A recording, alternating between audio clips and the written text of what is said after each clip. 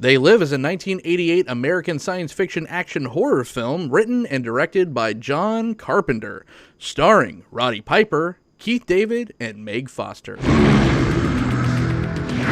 I have come here to chew bubblegum and kick and I'm all out of bubblegum.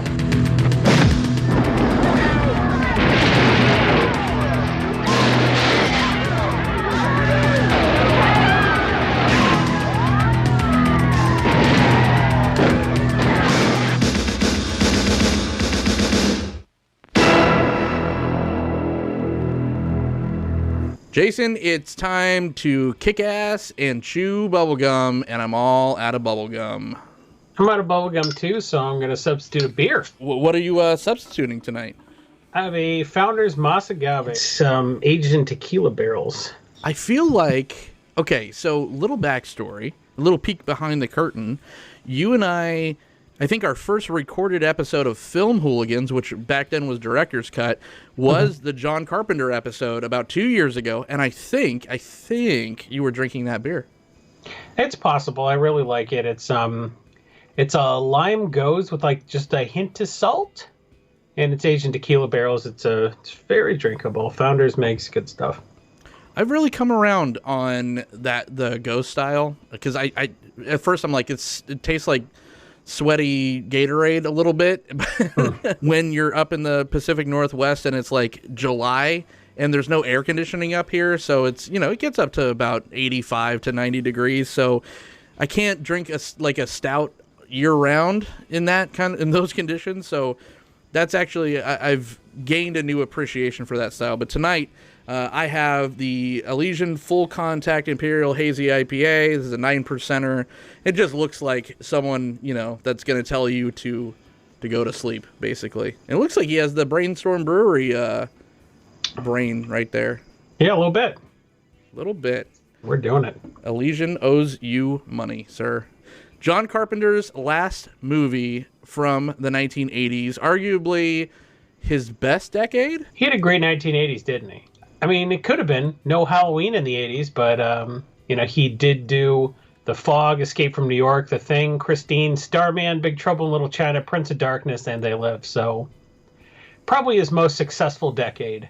This was a nice cherry on top, I think, for sure. Talked about this movie before, but it's nice to revisit it and just and it warrants that specific spotlight about it because it has such a cult following. So, Jason, what did you think about the Trump administration? So, They Live is the story of one man, played by Roddy Piper, who can see what no one else can. He gets a hold of these glasses that let you see that the ruling class is actually aliens that are using subtle hypnosis techniques to keep us compliant consumers and basically working ourselves to death so that they can benefit. It's a real scathing critique of Reaganomics. And it was based on a short story called 8 o'clock in the morning. You can find it for free all over. It was written in 1963 by Ray Nelson about these aliens called the Fascinators that basically hypnotize people. And this guy goes to see a hypnotist at like a comedy show or whatever, some hypnotist show. And when he wakes up, he can see the Fascinators, and he figures out how to wake everybody up. And it's a real short story, but the bones of it, I think Carpenter did an excellent job of adapting to be an allegory about Reaganomics and about how the ruling class basically keeps us hypnotized. And once you see that the subtext to all advertisement is just to keep you consuming, money actually says this is your God. Once he got the working class fighting over scraps, they had a real easy job just letting us all fight each other, for crumbs while they ruled the planet, which is exactly what the oligarchical class has done in this country since the 80s, the 1780s. So I really like this as an allegory, and I liked it as a movie with a 6-minute fight scene. The dad from Something About Mary. You got to put the sausage above the beans. Yeah. Yeah, this was all the movies he did. I could have named any one of them, but right. I went there. Carpenter's indictment on Reaganomics, but also of product placement at the time. This was when a panic about them putting in those little chips into people's television sets to subliminally make you go buy a Whopper, during the commercials. So this was just as scathing indictment on Ted Turner, and he said this was about, yuppies and unrestrained capitalism. And since he's kind of walked this back a little bit, he's like, well, capitalism's how I get paid and blah, blah, blah. So he's been a little bit more ambiguous now. Definitely, he had one thing to say about a certain side, and he just went for it. Slavik Žižek, and he quotes it as one of the forgotten masterpieces of the Hollywood left, and he featured this film in his documentary, The Pervert's Guide to Ideology. Just a fun, culty film to watch, but it's also been, studied and stuff. And, I mean, is there really a more prophetic film of what was going on at the time and even telling the future? I feel like this film is going to get, it just becomes relevant like every, couple decades or so. It's not that anything, it's the fact that nothing's changed has made this stay timeless, because sure. everybody took the glasses off and then they went back to consuming and obeying. Yeah. We're still having if you raise the minimum wage to $15, your Whopper will be $38. So if you want a $38 Whopper, go ahead. Why don't you just work 75 hours? We're still hearing the same stupid shit we've been hearing for 50 years. Yeah. So,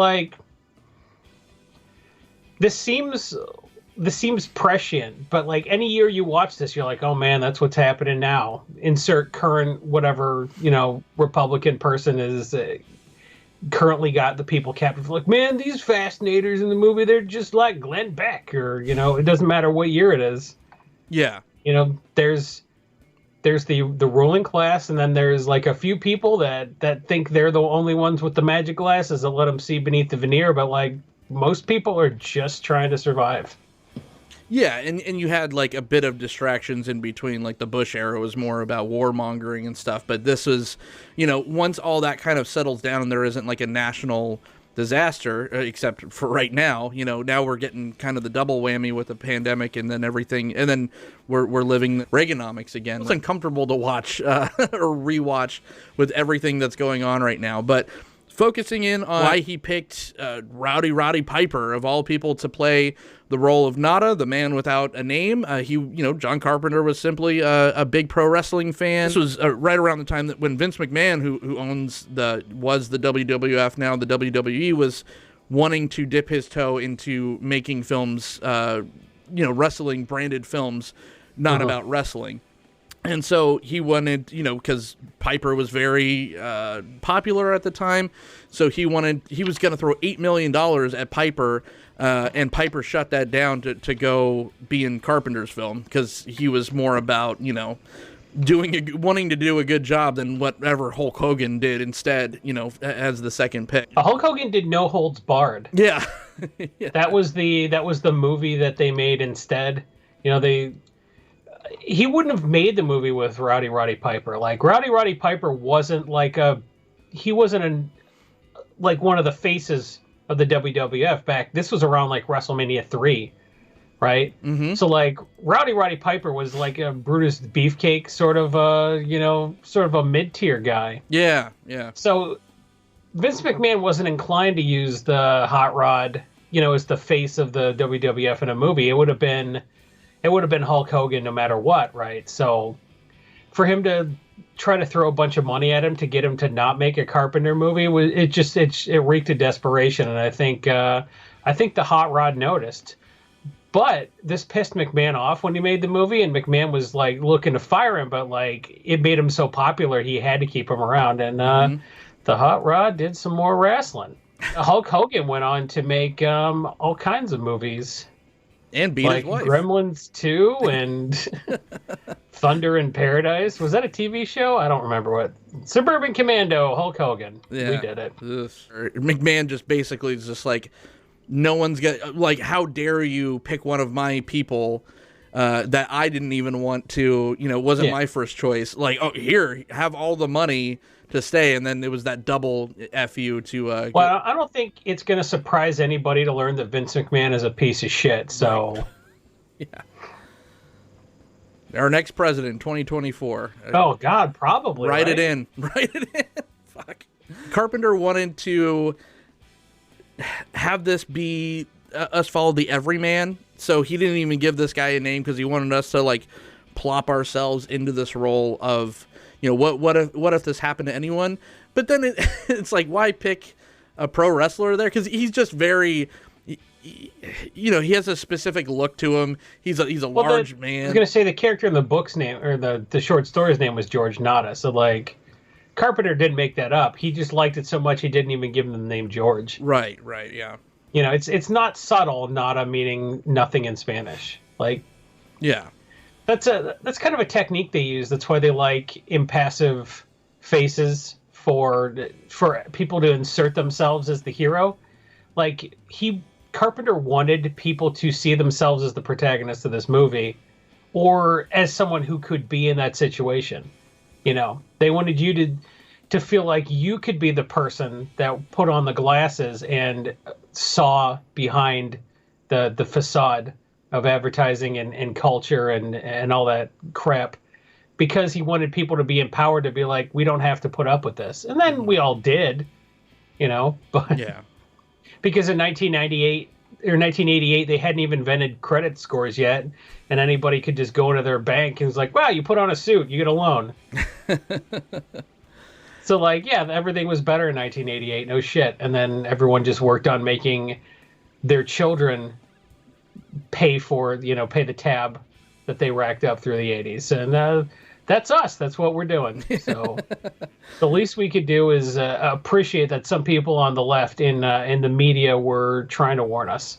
Yeah, for sure. His performance is fantastic. He is very likable. He's charming, but he's also very grounded. This is a very, for how batshit and just how science fiction-y it really gets. It's a very grounded film. It's a very, kind of intimate film. And Keith David, I think, he really kind of puts the icing on the cake, because he is like completely believable, or he's just like, I don't want to know shit. I just want to go and build, be a construction worker and like share my sandwich and, talk about the good old days and stuff like that. How Piper's character was so grounded, and, he's our POV character and everything. I don't think that really works, because he almost is like, it's like watching the Incredible Hulk walk around and get a Subway sandwich. But having that another person to kind of play off and just talk about just mundane everyday shit with Keith David, I think really kind of rounds us out and makes it a lot more believable.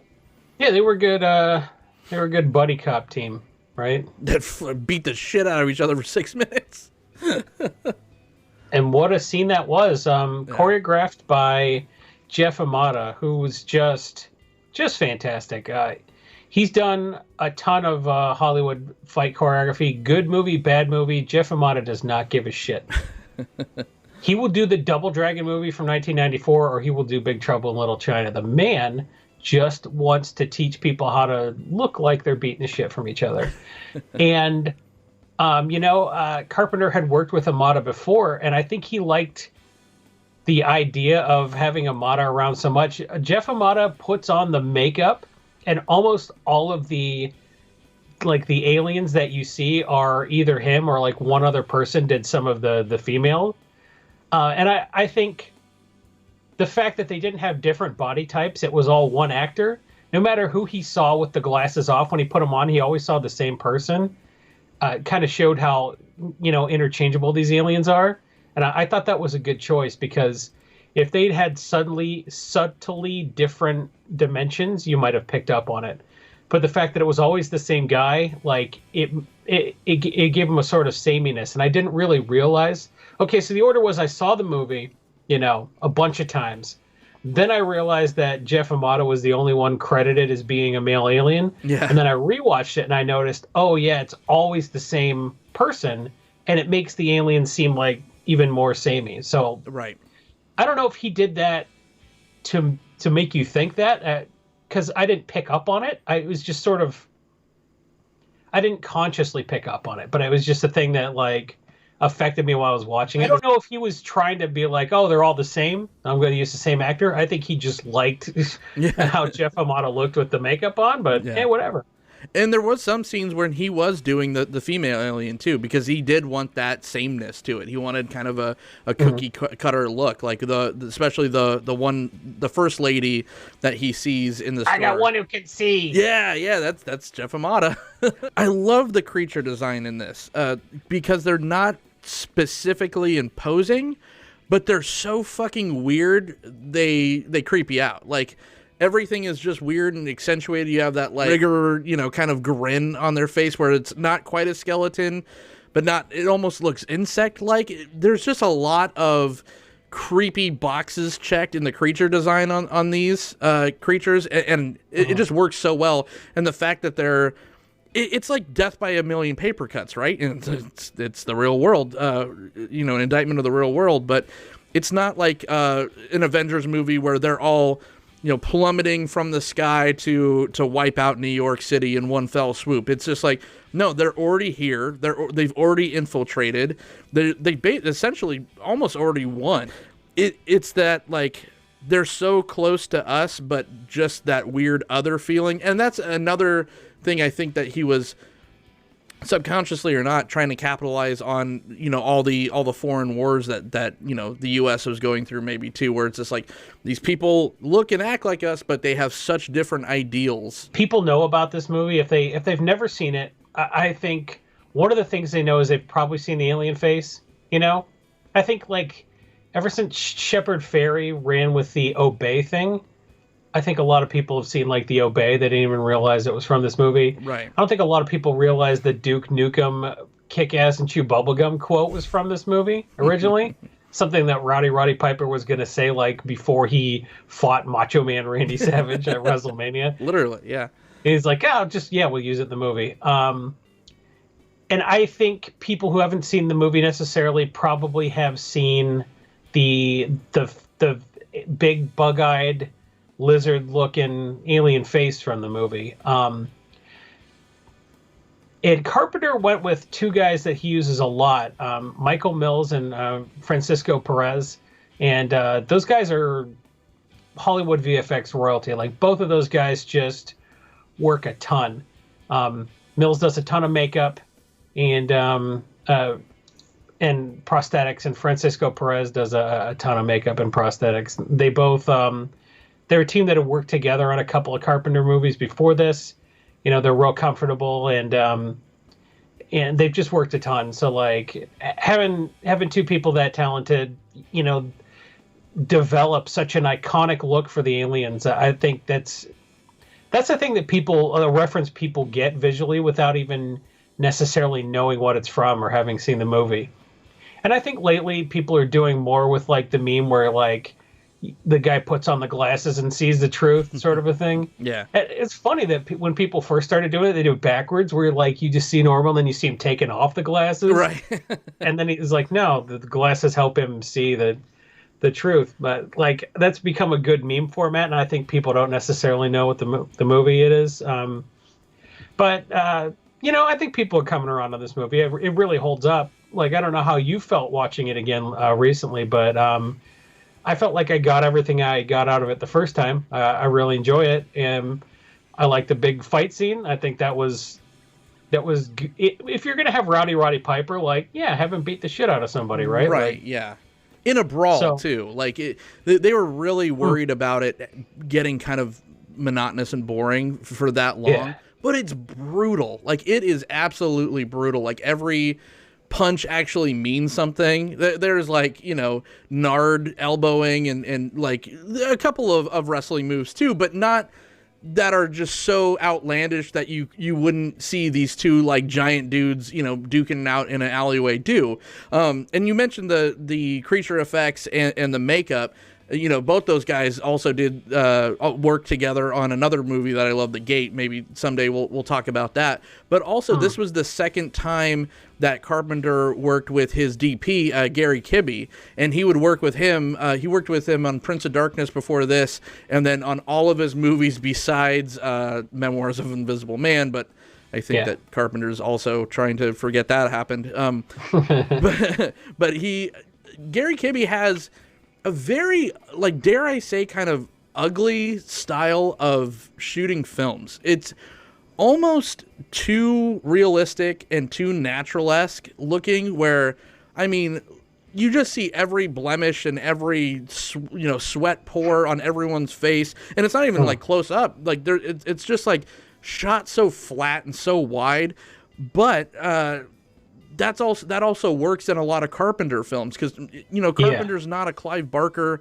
It's not about like eye candy. It's more about just like, what makes Carpenter films more horrifying is it's so believable, and it works really well in this, and it's a nice juxtaposition, because when he does put on the glasses, you get these like beautiful matte paintings, and you ask what how this kind of held up watching it again, and I just kind of got like that this time around. I kind of got lost in the underneath, I guess, or whatever how much like great attention to detail went into those scenes, and how it just looks so much different from everything else in the real world. And like, this movie wasn't like, it didn't have a ton of money that went into it. It was a $3 million film, $3 million film, which is fucking crazy. And it looks like a $50 million film. Yeah. To like use computer effects in the late 80s. And I think the movies that stuck with practical effects, they hold up better. Some people like cutting edge technology for 1988 computer wise was like the Dire Straits Money for Nothing video, right? So like you could do that and you end up like the 1991 film Space Truckers, right? Yeah. Just like it looked like someone used MS Paint to show the blood floating through the air, Yeah. So you could go cutting edge and like have it look like that, or it looks like Lawnmower Man or something like that. Yeah. Or you could just stick with the practical effects. And I think the people that use practical effects right up until where computers looked as good as practical effects, like look at Jurassic Park, man. Jurassic Park was a ton of practical effects, even though like in 1996 computers were a lot better than they were in 1986. I think the places that used practical effects right up until like the last possible minute when computers could actually credibly take over, I think that stuff holds up real well. So, like, yeah, there were matte paintings, but, like, that was the way to go with it. And it looks good, and it doesn't look dated now. And it's crazy to see that much attention to detail and everything for that little amount of money. And I'm sure now it's more of a novelty thing. And I guess, like, filmmakers of today, if they wanted to go full matte paintings instead of just going digital, would probably cost triple the amount that it did back then, right? Because it's probably harder to find quality people to do an antiquated thing cinematically. I don't know, but maybe the fact that it's like $3 million and it just looks so great. Like Carpenter went all in on this. Like he different ways to like keep the budget down is I mean, I guess there's an argument to be made that it was exploitative or not. I don't think so. I think he was doing a good thing. Like he was all the stuff in the homeless encampment. It was a real homeless encampment, and he wanted to film there on purpose so he could actually feed and pay these people as extras during production, so they could actually get meals. I don't think it's exploitive to like look. They get paid the SAG rate, like right, yeah, right. Like if it's exploitive to pay them the SAG rate, like how many Hollywood actors have been paid that? So yep. Getting access to craft services and getting a little bit of money, to play yourself, can't beat that. So I think that was just like a cool thing you did. Doing such a deep dive on Carpenter in general, like we did, now kind of like sitting on that, where do you rate They Live now in his filmography?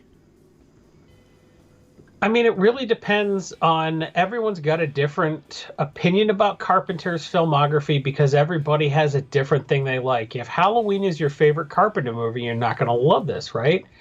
If In the Mouth of Madness is your favorite Carpenter movie, you're not going to love this. But I like this type of movie, right? Like, if you look at all the stuff he directed, on his career, like, This is more sort of like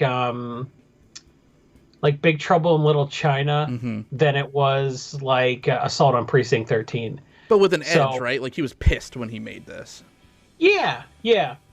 So I like Escape from New York. I think Escape from New York is probably his best movie. So bearing that in mind, my top 3 are Escape from New York, Big Trouble in Little China, and They Live.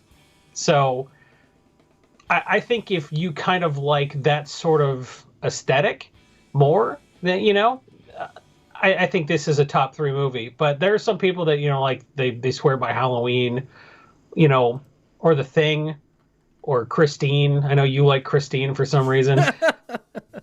Top 3 for me. Your top 3 is Christine, Ghost of Mars, and John Carpenter's 1998 James Woods film Vampires. Oh, God. So, of course you'd like Christine. One of the 2 movies I couldn't finish. I couldn't do it. James Woods. I think we were like just. I sat through every goddamn second of Dark Star, but I'll be fucked if I'm going to sit here and watch the rest of Vampires. Seriously.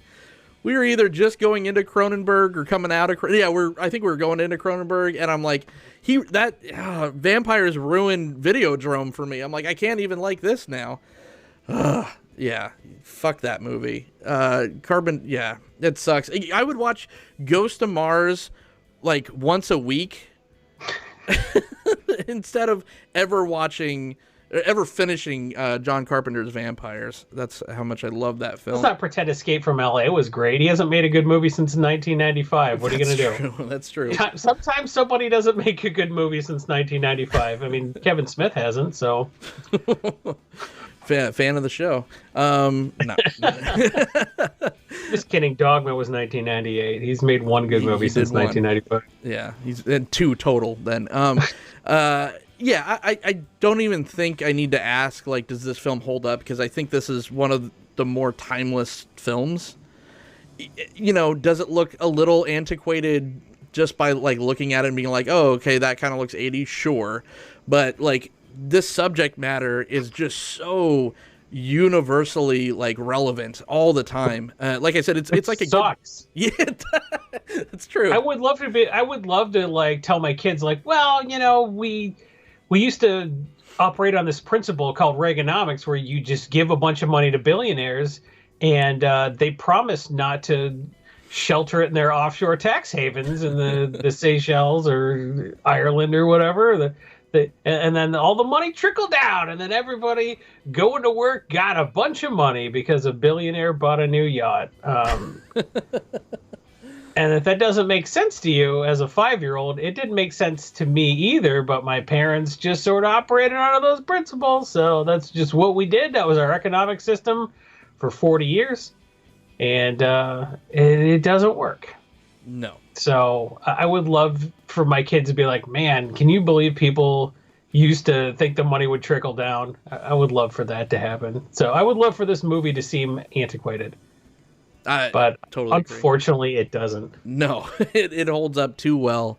And everyone tell us what you think about this. I mean, this is one of the more popular cult films that we've talked about on the show. This is kind of a safe bet. Like this, and like you said, a lot of people are very much like The Thing. I think is my overall favorite John Carpenter film, but like there are people that are just like They Live is the shit. It is their movie, and I don't disagree. Like he just had bangers for a while, and that's why he's one of the best filmmakers of all time, especially a genre filmmaker, because he just had a great grounded way of storytelling that made sense, that just transcended generations. And this is one of those for sure. That's like not only, like I said at the beginning, fun to watch, but also kind of is fun to really study and dig your teeth into with some real substance. Him doing his own composition, I think, really helped too. Oh yeah, we need to talk about that. For sure. I mean, it's worth mentioning that, like,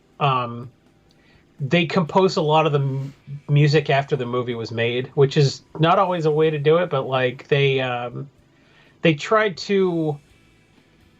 composed a few themes watching Roddy Piper walk and sort of timing the beats of the music to, like, his steps. And that's a weird way to do it, but, like, I think it was effective because he spends a lot of the movie just walking around, just doing Roddy Piper stuff, and I think having a theme that's sort of like, it's just sort of like the On Foot song. Every time he's back on foot, they're playing the On Foot song. So nice, cool bass line, yeah. But I think that's one of the reasons I like Escape from New York so much, which is, it was just sort of like it was very 80s, but I like that Running Man type, all that kind of crap, all that aesthetic. And I feel like that type of aesthetic fits his electronica compositions from the 80s better. Yes. Which is why, like, The Thing didn't have to be a Carpenter movie, but nobody else could have made Escape from New York, and nobody else could have made Big Trouble in Little China. Right. And I don't think anybody else could have really made They Live. I feel like anybody could have done an okay job with The Thing, right? So, I think when the music feels like it has to be, is such an integral part of the movie that, like, nobody else could have composed the music for it. That's what, to me, feels like a Carpenter movie, which is why I picked the three I picked. And the music in this movie is, I think, it's another character. 100%. There's not a lot of scores that I actually like download and listen to, like driving around in the car. This is one of probably 10 that I have. It just has that, I have like Twin Peaks, I have this, just a couple others, but like there's something just so fucking cool about this specific score. And this isn't even like critically, it's one of his less lauded ones, but it's phenomenal. What he did, just that cool bass line that like you said, he composed to just watching Piper walk is really something special. But yeah, definitely a character. This movie's great, man. Good pick. This was one that you wanted to kind of talk about again. So look forward to whatever we talk about next time. So if you want to see what we talk about next time, go ahead and hit that subscribe button. Hit the thumbs up button below. Tell us what you want to see us talk about on the Cult of Films. Tell us if you want to see us talk about another Carpenter film. I will be uploading this to all your podcasting sites like iTunes and Spotify's. Leave us, sunglasses there so we can see what's really going on. And if you want to follow us on Twitter, we're at the Cult of Films. Jason, thank you for joining me once again. This was a fun kind of time capsule opening from 2 years ago when we talked about Carpenter. Where can everyone find you, sir? I'm at Jason E. Alt on the Bird website, and I have a pinned tweet at the top of my page that links all the other projects I work on. All right, and I am at John the Host. And you know what? While you're here, follow us at our other main show at film_hooligans as well. And you will find that Carpenter episode in the description right here. Thank you so much for watching. We will see you next time.